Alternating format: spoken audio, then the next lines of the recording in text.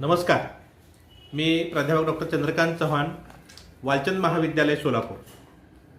आज आपल्यापुढे छत्रपती संभाजी महाराजांच्या आयुष्यातील एक अत्यंत महत्त्वपूर्ण घटना, जी एकूणच मराठ्यांच्या इतिहासाला कलाटणी देणारी आणि स्वातंत्र्य युद्ध एका परमोच्च शिखरावर नेऊन पोहोचविणारी म्हणजे छत्रपती संभाजी महाराजांनी दिलेलं बलिदान. या बलिदानामुळे या देशातील मराठी राज्यातील जनता पेटून उठली आणि औरंगजेब बादशहाला याच मातीमध्ये आपला देह ठेवायला त्यांनी भाग पाडला. आणि म्हणून आपण पाहतो की छत्रपती संभाजी महाराजांचं हे जे बलिदान आहे, हे बलिदान अनेक पिढ्यांना प्रेरणा देणारं अशा प्रकारचं ठरलेलं आहे. तर ही घटना कशा पद्धतीने घडून आली हे जेव्हा आपण बघतो तेव्हा आपल्या लक्षात येतं की औरंगजेब बादशहा प्रचंड मोठं सैन्य घेऊन स्वराज्यावर चाल करून आला आणि मराठी राज्य नष्ट करण्याच्या उद्देशाने सलग 4-5 वर्ष तो स्वराज्यामध्ये लढत राहिला. आणि या लढ्यानंतर देखील त्याला मराठ्यांच्या विरुद्ध निर्णायक अशा प्रकारचं कुठलंही यश मिळालं नाही.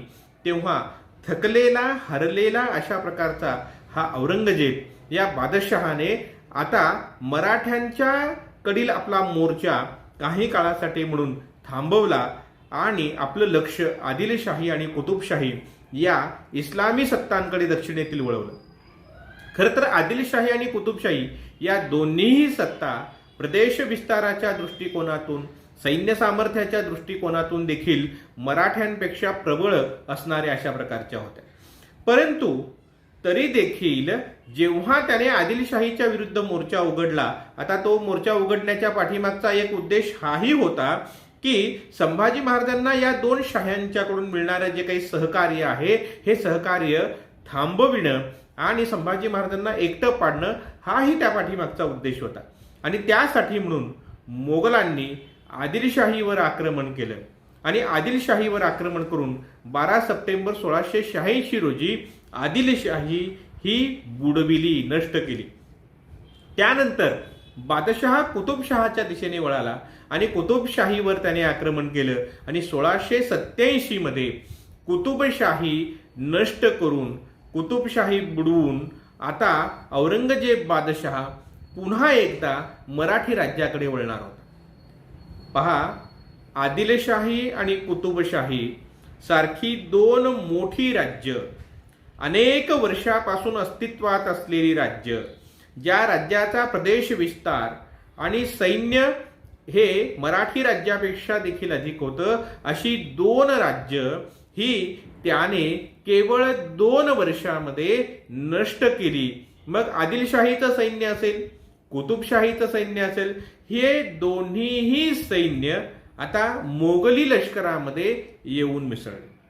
म्हणजे आदिलशाहीच्या आणि कुतुबशाहीच्या नाशानंतर त्याच्या पदरी असणारं लष्कर आता मोगलांची सेवा चाकरी करायला लागलं आणि त्यामुळे मोगली सामर्थ्य आणखी कैकपटीने वाढलं आणि मग त्याने स्वराज्यावर चौफेर हल्ले करायला सुरुवात केली. आता मोगलांच्या सैन्यामध्ये आदिलशाही सैन्य आणि कुतुबशाही सैन्य हे मिसळलेलं होतं. आदिलशाही आणि कुतुबशाही सारख्या जुन्या असणाऱ्या दोन सत्ता नष्ट केल्याने, त्यावर विजय मिळवल्याने मोगली सैनिकांचा उत्साह वाढलेला होता, आत्मविश्वास वाढलेला होता आणि त्या जोरावर आता मराठी राज्य जिंकण्यासाठी म्हणून चहूबाजूंनी मराठी राज्यावर आक्रमण करायला औरंगजेबाने सुरुवात केली. म्हणजे भूप्रदेश जणू मोगली सैनिकांनी व्यापून गेलेला आहे. किल्ले मराठ्यांच्या ताब्यामध्ये आहेत आणि जागोजागी हातघाईच्या लढाया मराठे आणि मोगल यांच्यामध्ये होत आहेत, अशा प्रकारची स्थिती ही निर्माण झालेली होती. आणि अशा सगळ्या परिस्थितीमध्ये महाराष्ट्रातील, मराठी राज्यातील अनेक वतनदारांच्या मनामध्ये गणोजी शिर्क्यांसारखे जे जहागीरदार होते, सरदार होते, खेम सावंतासारखे जे सरदार होते, जहागीरदार होते, या सगळ्या जहागीरदारांच्या, अनेक वतनदारांच्या मनामध्ये मात्र चलबिचल सुरू झाली की आता मराठी राज्य वाचणं शक्य नाही. आणि त्याही पेक्षा आपलं वतन, आपली जहागीर आणि आपलं अस्तित्व या नव्या परिस्थितीमध्ये टिकवून कसं ठेवावं, मोगलांच्या आक्रमणामुळे निर्माण झालेली भीती, असुरक्षिततेची भावना, या सगळ्यांमुळे अनेक मराठी सरदार, अनेक मराठी वतनदार, जहागीरदार हे आता मोगलांना जाऊन मिळायला लागले होते. ही परिस्थिती महाराष्ट्रामध्ये निर्माण झालेली होती. त्यातच वाईजवळच्या युद्धामध्ये, वाईजवळ झालेल्या युद्धामध्ये सेनापती हंबीर मामांचा झालेला त्यांचं जे मरण आहे किंवा हौतात्म्य आहे, हंबीर मामांना आलेलं हौतात्म्य, वीरमरण, आणि त्यामुळे एका अनुभवी सेनापतीची जी कमतरता एका अर्थाने संभाजी महाराजांना वाटायला लागली, त्यामुळे ही काही प्रमाणामध्ये लष्करी आघाडीवर एक प्रकारची पोकळी ही या कालखंडामध्ये निर्माण झालेली आपल्याला पाहायला मिळते. अशामध्येच शिर्क्यांनी मराठी राजाच्या विरोधामध्ये, छत्रपतींच्या विरोधामध्ये कारवाया करायला सुरुवात केली. त्या कारवायांना रोखण्यासाठी म्हणून कवी कलश हा शिर्क्यांच्या जहागिरीवर, शिरकाणावर, ज्याला शिरकाण म्हणून ओळखलं जात असे, त्यावर चालून गेला. त्यावेळेला शिर्क्यांनी कवी कलशाचा पराभव केला आणि कवी कलशाला हाकलून लावलं किंवा पळवून लावलं. कवी कलश पराभूत होऊन खेळण्याच्या आश्रयाला आला आणि ही गोष्ट ज्या वेळेला संभाजी महाराजांना समजली, त्यावेळेला संभाजी महाराज रायगडावरून निघाले आणि रायगडावरून निघून त्यांनी शिर्क्यांना अद्दल घडवायची ठरवलं. आता वास्तविक याच वेळेला, काही जणांच्या म्हणण्यानुसार, की याच वेळेला शिर्क्यांनी संभाजीराजांचा पराभव करून किंवा संभाजीराजांना पदच्युत करून त्यांच्या ठिकाणी शाहूराजांना गादीवर बसविण्याचा कट रचलेला होता, असं आपल्याला दिसून येतं. आता शाहूराजांना जर गादीवर बसवायचं असेल तर शिर्के इकडे कोकणात आहे आणि कोकणात राहून रायगडावर हा सत्ताबदल घडवून आणणं शक्य नाही. याचा अर्थ काही सरकारकून हे शिर्क्यांना मिळालेले होते आणि ते शिर्क्यांना मिळालेले असल्या कारणामुळेच इथे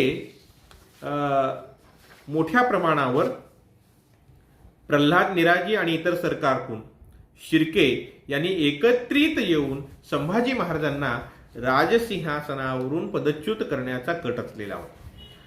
संभाजी महाराज रायगडावरून निघाले आणि त्यांनी शिर्क्यांकडे जाऊन शिर्क्यांचा युद्धामध्ये पराभव केला आणि युद्धामध्ये पराभव करून ते खेळण्याला आले. त्याच वेळेला प्रल्हाद निराजांनी काही सरकारकुनांनी केलेल्या बंडामुळे, या सगळ्या कटकारस्थानामध्ये ते सहभागी असल्या कारणामुळे त्यांनाही कैद करण्यात आलं आणि कैद करण्यात आलेले असताना संभाजी महाराज खेळण्यावरून रायगडाकडे सरळ येण्याच्या ऐवजी तेथून ते संगमेश्वरी गेले. एकतर मोठ्या प्रमाणावर युद्धाची धांदल सगळीकडे सुरू आहे, संपूर्ण स्वराज्य हे युद्धभूमी बनलेलं आहे. अशा सगळ्या परिस्थितीमध्ये औरंगजेब बादशहाचे हेर हे सर्वत्र राज्यभर पसरलेले आहे. कोल्हापूरच्या प्रदेशामध्ये शेख निजाम उर्फ मुकर्रब खान हा जो कुतुबशाही सरदार होता, या कुतुबशाही सरदाराला 25,000चं सैन्य देऊन औरंगजेब बादशहाने पाठवून दिलेला आहे. पन्हाळा किल्ला जिंकून घेण्याकरता म्हणून शेख निजाम किंवा मुकर्रब खान हा त्या परिसरामध्ये आलेला आहे आणि त्या परिसराबरोबरच सर्व परिसरामध्ये, संपूर्ण स्वराज्यामध्ये सर्वत्र मोगली गुप्तहेर पसरलेले आहेत आणि पसरलेले असताना या गुप्तहेरांनी बादशहा औरंगजेबाच्याकडे बातमी नेली आणि सांगितलं की मराठ्यांचा राजा संभाजी राजा हा रायगड सोडून शिर्क्यांना शिक्षा करण्यासाठी म्हणून शिर्क्यांच्या प्रदेशामध्ये गेलेला आहे, खेळण्याच्या परिसरामध्ये तो आहे. आणि ही बातमी ज्या वेळेला औरंगजेबाला समजली, त्यावेळेला वजिराला बोलावून शेख निजामास म्हणजे मुकर्रब खानास लगेच तातडीने निरोप पाठवून खेळण्याच्या परिसरामध्ये असलेल्या संभाजी राजांना कैद करण्यास सांगावे असा आदेश बादशहाने दिला. दुर्दैवाने याच दरम्यानच्या काळामध्ये शिर्क्यांचा मराठ्यांनी पराभव केल्यानंतर, संभाजीराजांनी पराभव केल्यानंतर शिर्के तिथून निघाले ते सरळ मोगलांच्याकडे म्हणजे मुकर्रब खानाकडे येऊन मिळाले. आता शिर्के मुकर्रब खानाकडे आलेले आहेत आणि अशा वेळेला संभाजीराजे हे संगमेश्वरी थांबलेले आहेत. आणि ते संगमेश्वरी थांबलेले असताना इकडे शेख निजामाला म्हणजे मुकर्रब खानाला या सगळ्या गोष्टींची वार्ता समजलेली आहे. संभाजी महाराजांना असं वाटतं आहे की सह्याद्रीचा अतिशय अवघड अशा प्रकारचा प्रदेश, डोंगर दऱ्या आणि या सगळ्यातून जंगलातून अतिशय अवघड वाट आणि यामधून कोणी शत्रू सैन्य संगमेश्वरी इतक्यात दाखल होईल अशा प्रकारची परिस्थिती नाही असं वाटून संभाजी महाराज हे काहीशे बेदखल राहिलेले आहेत. आणि अशाच वेळेला कोल्हापूर ते संगमेश्वर हे 45 कोसांचं जे काही अंतर आहे, हे 45 कोसांचं अंतर अतिशय अवघड वाट असून देखील मराठी सैन्यांना, मराठी ठाण्यांना कोणत्याही प्रकारची बातमी लागू न देता मुकर्रब खानाने हे अंतर पार केलं आणि तो संगमेश्वरी येऊन पोहोचला. तो संगमेश्वरी येऊन पोहोचेपर्यंत संभाजी राजांना त्याच्या येण्याची खबर लागली नाही. म्हणजे मुकर्रब खान हा कोल्हापूरवरून संगमेश्वरी नियमित असलेल्या मार्गाने आला नाही, आडवाटेने आला, लपत छपत आला, अतिशय वेगाने सैन्याची हालचाल करत आला. मोजकत सैन्य 2-3 हजाराचं सैन्य सोबत घेऊन तो संगमेश्वरी पोहोचला. आणि हे सगळं होत असताना संगमेश्वर परिसर जावळी जो सगळा दक्षिण कोकणचा परिसर आहे, हा सगळा परिसर हा शिर्क्यांना अतिशय चांगल्या रीतीने माहीत होता, कारण तो त्यांचाच प्रदेश होता. त्या प्रदेशातच ते वाढलेले होते आणि म्हणून शिर्क्यांची या संगमेश्वरी शेख निजामाच्या येण्यासाठी, मुकर्रब खानाच्या येण्यासाठी मोठी मदत झाली असण्याची शक्यता निश्चितपणे इथे आपल्याला जाणवते. ज्या वेळेला संभाजी महाराजांच्याकडे 400 ते 500च्या आसपास भालाईत सैन्य आहे आणि 400-500 सैनिक संभाजी महाराजांकडे, तर 2 ते 3 हजाराचं सैन्य मुकर्रब खानाकडे आहे. म्हणजे 5 ते 6 पट अधिक सैन्य हे मुकर्रब खानाकडे या वेळेला असलेलं आपल्याला दिसून येतं. आता शत्रू चाल करून आलेला आहे, गनिम चाल करून आलेला आहे आणि लष्करी दृष्ट्या त्याच्याकडे असणारी ताकद ही खूप मोठी आहे, आपल्याहून अधिक आहे. हे सगळं पाहिल्यानंतर संभाजी राजांनी त्यावेळेला तेथून निसटून जायला हवं होतं. आपल्याजवळ असलेल्या सैनिकांना शत्रूला अडवायला सांगून संभाजी महाराजांनी तेथून निघून जाणं हे अत्यंत आवश्यक होतं. परंतु संभाजी महाराजांचा स्वभाव हा तसा नव्हता. खरं तर प्रत्येक क्षणी तलवार चालवून चालत नाही, कधी कधी ढाल रणांगणी टाकून पळ देखील काढावा लागतो. ही शिवाजी महाराजांची नीती आहे, ही रणनीती आहे शिवाजी महाराजांची. आणि त्यामुळेच सिद्धी जोहरच्या पन्हाळ्याच्या वेढ्यात सापडलेल्या शिवाजी महाराजांनी सिद्धी जोहर बरोबर 2 हात करण्यासाठी किल्ल्यावरून उतरून त्याच्याबरोबर संघर्ष केलेला नाही, तर तेथून ते विशाळगडाकडे निघून गेले.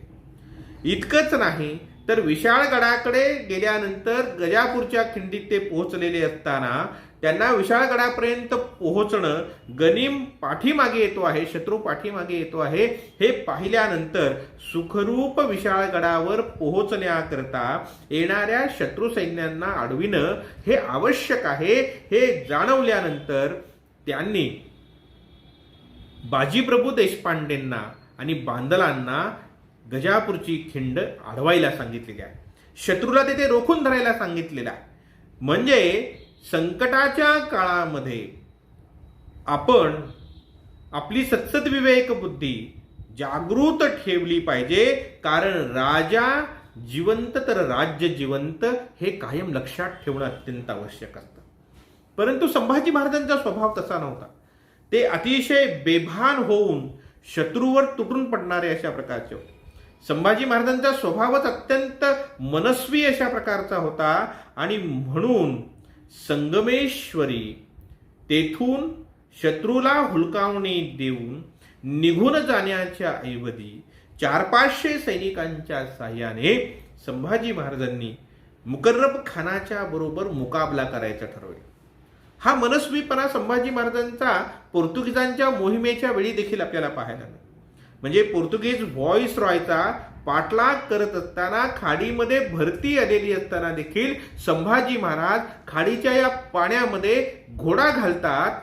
खंडो बल्लाळ पोहणीला लागलेला हा घोडा बाहेर काढून संभाजी महाराजांचे प्राण वाचवितो. परंतु आपले प्राण धोक्यात घालून देखील शत्रूस जशाच तसा ठोसा द्यायचा आणि क्षत्रियत्वाचा जो काही बाणा आहे या क्षत्रियत्वाच्या बाण्याने बेभान होऊन शत्रूवर तुटून पडण्याची जी काही संभाजी महाराजांची वृत्ती होती, या संभाजी महाराजांच्या वृत्तीमुळेच संगमेश्वरी आपले प्राण वाचविणं हे शंभूराजांना शक्य असताना देखील शंभूराजांनी तो प्रयत्न न करता मुकर्रब खानाला धडा शिकविण्याचा प्रयत्न केला. आणि या सगळ्या गोष्टींमध्ये धांदलीमध्ये जी हातगाईची लढाई झाली त्या लढाईमध्ये सरसेनापती मालोजी घोरपडे रणांगणी ठार झाले. अनेक मराठी सैनिक ठार झाले आणि त्याच वेळेला बहुधा संताजी घोरपडे आणि खंडो बल्लाळ हे संभाजी महाराजांच्या सोबत आहेतच. ते दोघे एका दिशेने निघून गेले आणि संभाजी महाराज आणि कवी कलश हे दुसऱ्या दिशेने निघून जायचा असा काहीतरी बेत त्यांचा झालेला असावा. शत्रू सैन्याला विघटित करण्याचा, हुलकावणी देण्याकरता काहीतरी असा प्रयत्न झालेला असावा. खंडो बल्लाळ आणि संताजी घोरपडे हे तेथून निघून जातात. संभाजी महाराज आणि कवी कलश हे मात्र शत्रूच्या ताब्यामध्ये सापडतात. खरं तर या बाबतीमध्ये पेशवे दप्तरामध्ये मिळालेली एक नोंद जी आहे त्या नोंदीनुसार संभाजी महाराजांना नावडी या ठिकाणी म्हणजे पेठ संगमेश्वर या ठिकाणी मोगली सैनिकांनी पकडलं असं म्हटलेलं आहे. आता हा जो नावडीचा भाग आहे म्हणजे नावडी हे जे गाव आहे या गावामध्ये परवापर्यंत नौका ये जा करत होत्या. म्हणजे सागरातून प्रवास हा त्या भागामध्ये चालत होता आणि त्यामुळे नावडी या ठिकाणी जाऊन तेथून नौकेमधून निसटून जाण्याचा प्रयत्न संभाजीराजांनी केलेला असण्याची शक्यता आपल्याला पाहायला मिळते. परंतु तो प्रयत्न यशस्वी झाला नाही आणि शत्रू सैन्याच्या ताब्यात संभाजी महाराज आणि कवी कलश हे सापडलेले आपल्याला दिसून येतात.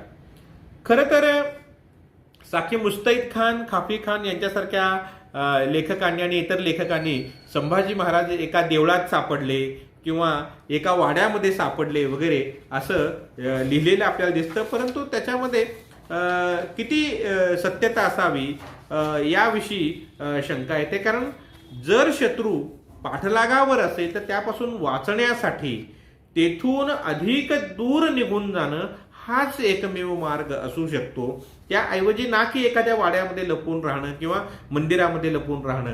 म्हणून संभाजी महाराजांनी कदाचित नौकेच्या साह्याने तेथून दूर जाण्याचा प्रयत्न हा केलेला असण्याची शक्यता आहे.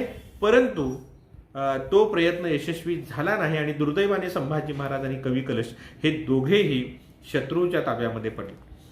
मुकर्रब खानाने या दोघांनाही पकडल्यानंतर अतिशय वेगाने हालचाली करून तो कराडच्या बाजूने पठारावर आला. कारण कोकणाचा हा सगळा जो प्रदेश होता तो मराठ्यांच्या वर्चस्वाखालचा प्रदेश होता आणि घाट माथ्यावर आल्यानंतर मैदानी प्रदेश हा मोगलांच्या वर्चस्वाखाली असणारा प्रदेश होता.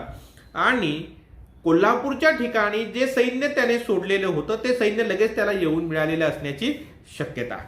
म्हणजे आधी ठरल्याप्रमाणे संभाजी महाराजांना पकडल्यानंतर कराडच्या पठारावर यावं आणि तोपर्यंत कोल्हापूरच्या भागामध्ये त्याने सोडलेलं जे काही सैन्य म्हणजे 22-23 हजाराच्या आसपासचं जे सैन्य तो मागे सोडून आलेला होता त्या सैन्याने तेथे यावं असं काहीतरी ठरल्याप्रमाणे शेख निजामाला म्हणजे मुकर्रब खानाला वेगाने तातडीने संभाजीराजांना घेऊन त्या प्रदेशातून बाहेर पडायचं होतं आणि तसा तो बाहेर पडला.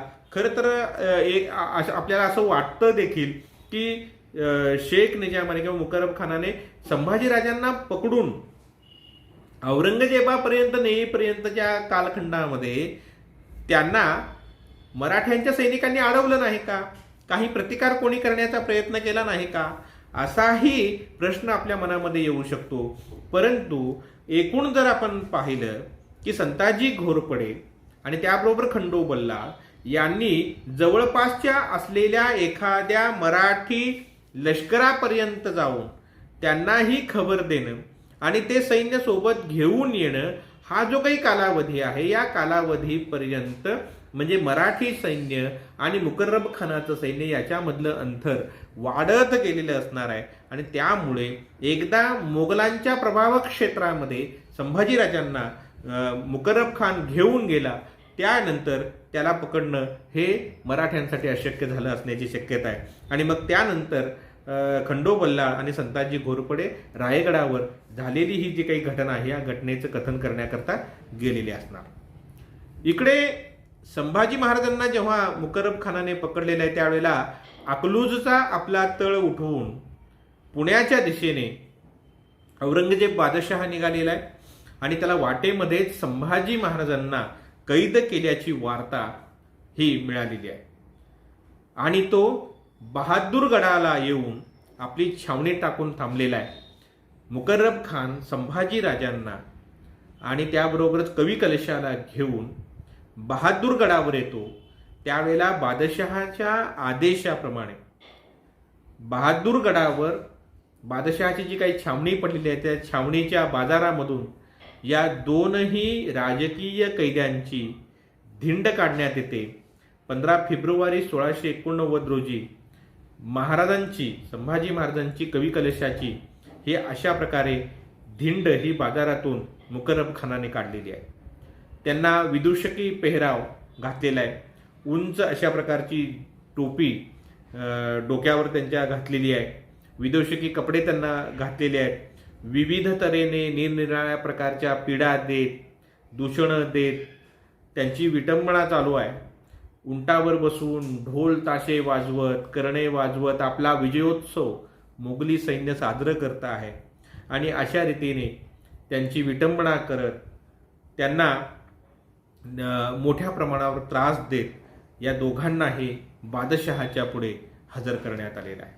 आता बादशहाच्या पुढे ज्या वेळेला या दोघांना उभं करण्यात आलेलं आहे त्यावेळेला बादशहा पाहतो की अरे संभाजी ज्याने मला इतका त्रास दिला, मला बोडक्या डोक्यांनी इतके दिवस फिरायला लावलं, कारण औरंगजेब बादशहाने आपल्या डोक्यावरचं जे काही पगडी होती ती पगडी जमिनीवर आपटून 1683 मध्ये शपथ घेतली होती की जोपर्यंत संभाजीला मी पकडत नाही किंवा ठार मारत नाही किंवा त्याच्या प्रदेशातून त्याला हाकलून देत नाही तोपर्यंत मी माझ्या डोक्यावर पगडी घालणार नाही. मला बोडक्या डोक्याने 5-6 वर्षाला फिरायला लावणारा हा संभाजी आज माझ्या समोर कैद होऊन उभारलेला आहे, साखळदंडांनी बांधलेला उभारलेला आहे, रक्तांनी माखलेला उभारलेला आहे. हे पाहिल्यानंतर त्याला ईश्वराचे आभार मानावेत असे वाटलं आणि अल्लाहचे आभार मानण्यासाठी सिंहासनाचा त्याग करून तो खाली येतो. आणि ते पाहून म्हणजे त्याही परिस्थितीमध्ये अतिशय स्वाभिमानी असणारा हा राजा ताठ मानेने तिथे उभा आहे. आणि ते सगळं पाहून, तो प्रसंग पाहून कवी कलश लगेच रचना रचतो आणि तो म्हणतो की यावन रावण की सभा शंभू बंधो बजरंग, लहू लसत सिंदूर सम खूब खेलो रणरंग, जो रवि छवि लखत ही खद्योत होत बदरंग, त्यो तु तप तेज निहार की तखत तेजो अवरंग. त्यो तु तेज निहार के तखत तेजो अवरंग. हे म्हणताना कवी कलश काय उपमा देतोय? तो म्हणतोय की रावणाच्या सभेमध्ये ज्याप्रमाणे बजरंगाला बांधून उभं केलेलं आहे त्याप्रमाणे शंभूला इथे बांधून उभं केलेलं आहे. बजरंगाच्या अंगावर सिंदूर शोभावा त्याप्रमाणे शंभू राजांच्या अंगावर हे जे रक्त सगळीकडे पसरलेलं आहे ते रक्त जणू सिंदुराश्रम शोभत आहे, हनुमानाच्या अंगावर शोभावं त्याप्रमाणे. ज्याप्रमाणे सूर्याचा उदय होताच काजवा निष्प्रभ होतो, त्याप्रमाणे शंभूराजांचं तेज पाहून औरंगजेब हा निष्प्रभ झालेला आहे आणि डोळे त्याचे दिपलेले आहेत आणि औरंग्याने सिंहासन त्यागलेलं आहे आणि सिंहासन त्यागून तो खाली आलेला आहे. असं संभाजी राजांच्या या कैदेच्या स्थितीमध्ये सुद्धा कवी कलश या प्रसंगाचं वर्णन करतोय. हे सगळं पाहिल्यानंतर ईश्वरदास नागर म्हणतोय, कारण तो त्यावेळेला मुघलांच्या छावणीमध्येच आहे. हा सगळ्या प्रसंगाचं वर्णन करताना ईश्वरदास नागर म्हणतो की इखलास खान आणि हमीदुद्दीन खान हे दोन सरदार त्यावेळेला तिथे उभे आहेत. बादशहाच्या समोर ज्यावेळेला संभाजी महाराजांना उभं करण्यात आलेलं आहे आणि हे दोन्ही सरदार इखलास खान आणि हमीदुद्दीन खान संभाजी राजांना सांगतायत की तुला बादशहाच्या समोर उभं केलेलं आहे आणि बादशहाला ताजीम दे म्हणून पुन्हा पुन्हा ते सांगतायत की बादशहाला ताजीम दे. परंतु शंभूराजे अतिशय बाणेदार होते. अरे सूर्यपुत्र आहे, तो शिवपुत्र आहे, तो काही बादशहाच्या पुढे झुकणार आहे थोडंच. शंभूराजे जराही मान लववीत नाहीत. बादशहाला प्रत्यक्ष त्याच्या समोर उभारल्यानंतर सिंहासनाला आणि बादशहाला लवून नमस्कार न करणारा हा राजा, असा प्रसंग मोगली राज्याला, मोगली दरबाराला माहीत नाही. परंतु संभाजी महाराज हे बादशहापुढे ताजीम देत नाहीत आणि मग बादशहा या दोघांनाही छावणीच्या कैदखान्यामध्ये टाकण्याचा आदेश देतो.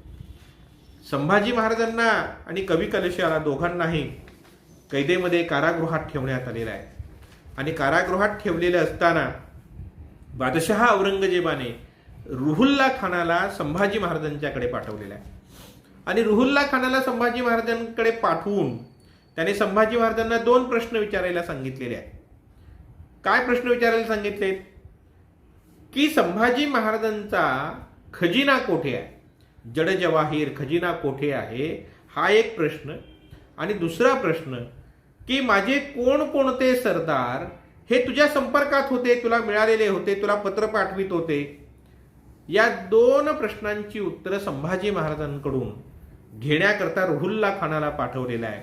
परंतु संभाजी महाराज या प्रश्नांची उत्तरं तर देत नाहीत, परंतु बादशहाची इतकी निर्भत्सना करतात, बादशहाला इतकं वाईट बोलतात की रुहुल्ला खान संभाजी महाराज काय म्हणाले हे जसंच्या तसं बादशहाला सांगू शकत नाही आणि संभाजी महाराजांच्या बोलण्याचा रोख काय होता हेच फक्त बादशहाला सांगू शकतो.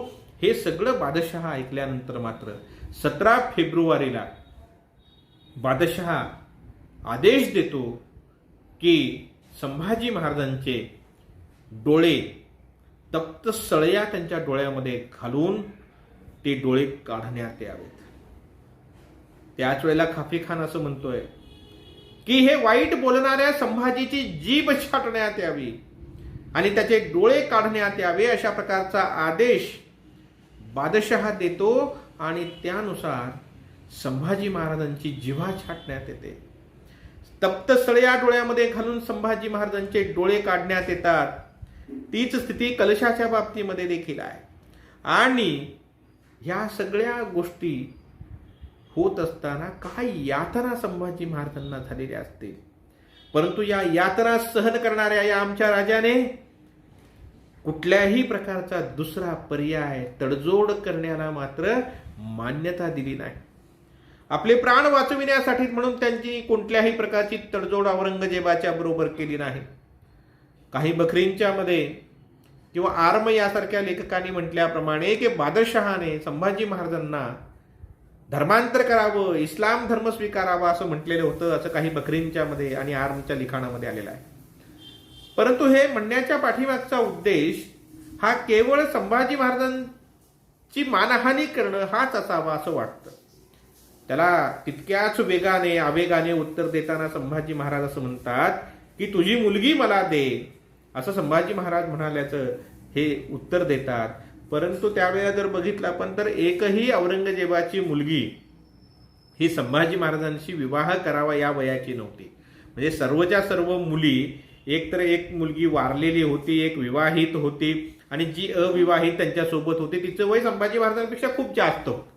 त्यामुळे संभाजी महाराजांनी त्यांच्याशी विवाह करण्याचा वगैरे प्रश्न नाही, परंतु संभाजी महाराजांनी तितक्याच आवेगाने त्या पद्धतीचं उत्तर हे दिलेलं आपल्याला दिसून येतं.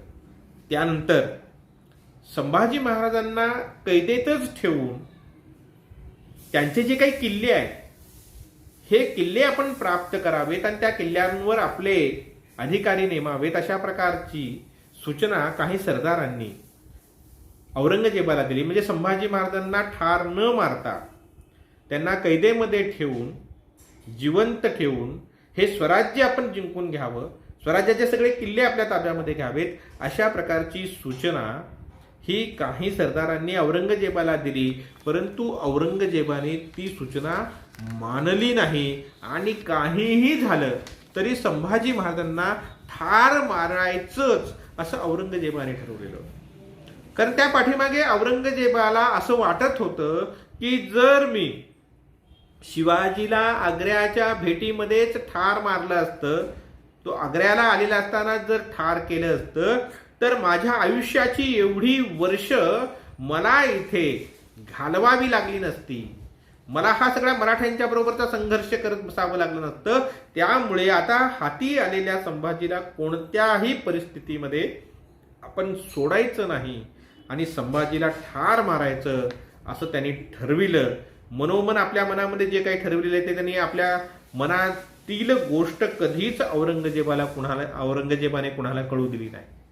आणि मग बहादूरगडची छावणी उठवून तो पुण्याच्या दिशेने ज्या वेळेला निघाला त्यावेळेला कोरेगाव या ठिकाणी औरंगजेबाचा मोगली तळ पडलेला होता आणि कोरेगाव या ठिकाणी 3 मार्च या ठिकाणी मोगलांची छावणी पडली.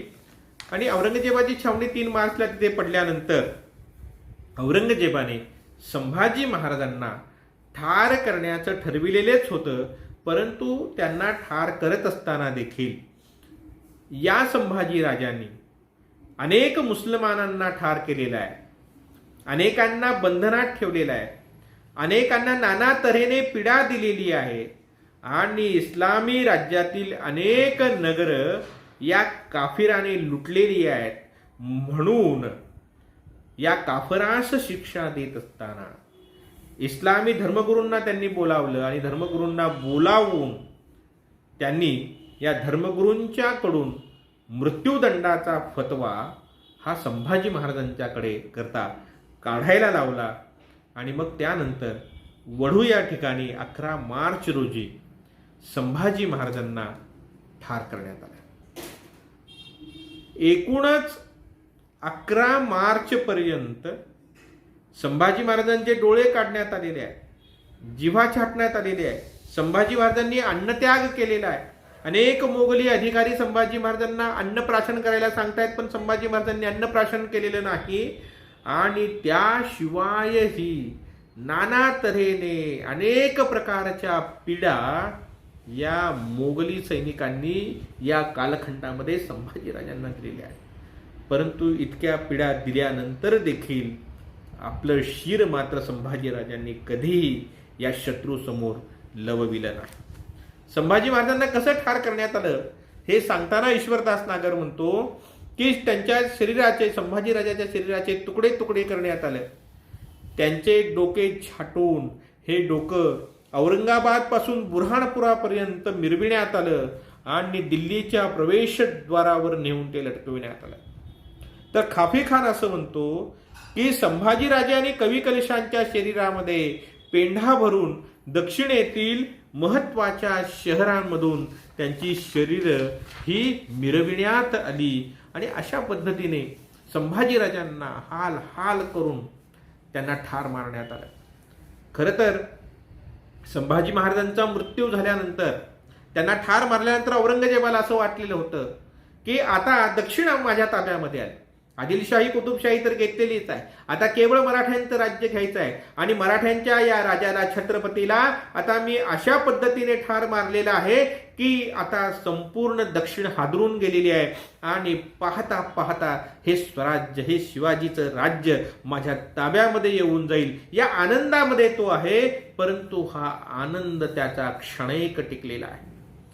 कारण संभाजी महाराजांच्या मृत्यूने एक अध्याय जरी समाप्त झालेला असला तरी देखील संभाजी महाराजांच्या या हौतात्म्याने, संभाजी महाराजांच्या या बलिदानाने मराठी रक्तामध्ये जे एक प्रचंड मोगलांच्या विरुद्ध द्वेष आणि ऊर्जा निर्माण केली, त्याला लढताना तोंड देणं औरंगजेबाला अशक्य होऊन बसलं.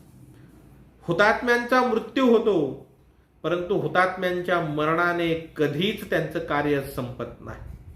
संभाजी महाराजांच्या मरणाने, संभाजी महाराजांच्या बलिदानाने त्यांचं कार्य संपलं नाही, तर उलट दुपटी तिपटीने हे कार्य वाढत गेलं. संभाजीराजांच्या जिवंतपणी जितकं कार्य संभाजीराजांनी केलं, त्याहून अधिक कार्य मृत्यूनंतर संभाजी महाराजांनी केलं. म्हणून आपल्याकडे आपण म्हणत असतो की जगावं कसं हे आपण शिवबाकडून शिकावं, आणि मृत्यूला सामोरं कसं जावं हे आपण शंभूराजाकडून शिकलं पाहिजे.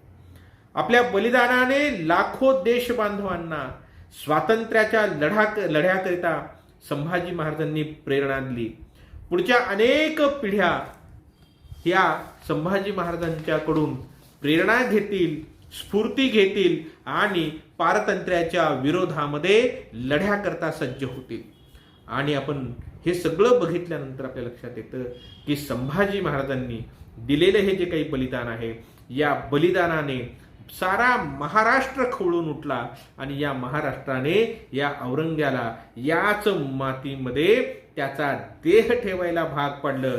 दक्षिणेत आलेला औरंगजेब नर्मदा ओलांडून पुन्हा जाऊ शकला नाही, पुन्हा दिल्लीचं तोंड पाहू शकला नाही. औरंगजेबाला येथेच त्याला याच मातीमध्ये, मराठी मातीमध्ये मिसळायला लावलं, ते संभाजी महाराजांच्या या बलिदानामुळे. म्हणून संभाजी महाराजांचं बलिदान हे स्वातंत्र्य लढ्याला प्रचंड ऊर्जा देणारं, प्रेरणा देणारं अशा प्रकारचं एक ठिकाण ठरलं. आणि त्यामुळेच मराठ्यांनी पूर्वीहून अधिक त्वेषाने मोगलांवर हल्ले चढविले आणि हल्ले चढवून याच भूमीत औरंगजेबाला गाढलं. म्हणून संभाजी महाराजांचा या बलिदानाचा प्रसंग हा आपल्याला भावूक करणारा अशा प्रकारचा असला तरी तो प्रेरणादायी, प्रेरणास्त्रोत ठरतो, हे पण तितकंच खरं आहे. आपल्याला हा व्हिडिओ जर आवडला तर आपण निश्चित हा व्हिडिओ लाईक करावा, शेअर करून आपल्या इतर मित्रांपर्यंत पोचवावा. आणि संभाजीराजांच्या चरित्रावर 9 व्हिडिओंची ही मालिका मी जी केली आहे ती आपल्याला पाहायची असेल तर त्याकरता हे चॅनल सबस्क्राईब करावं अशी विनंती करतो आणि थांबतो. जय भवानी, जय शिवराय.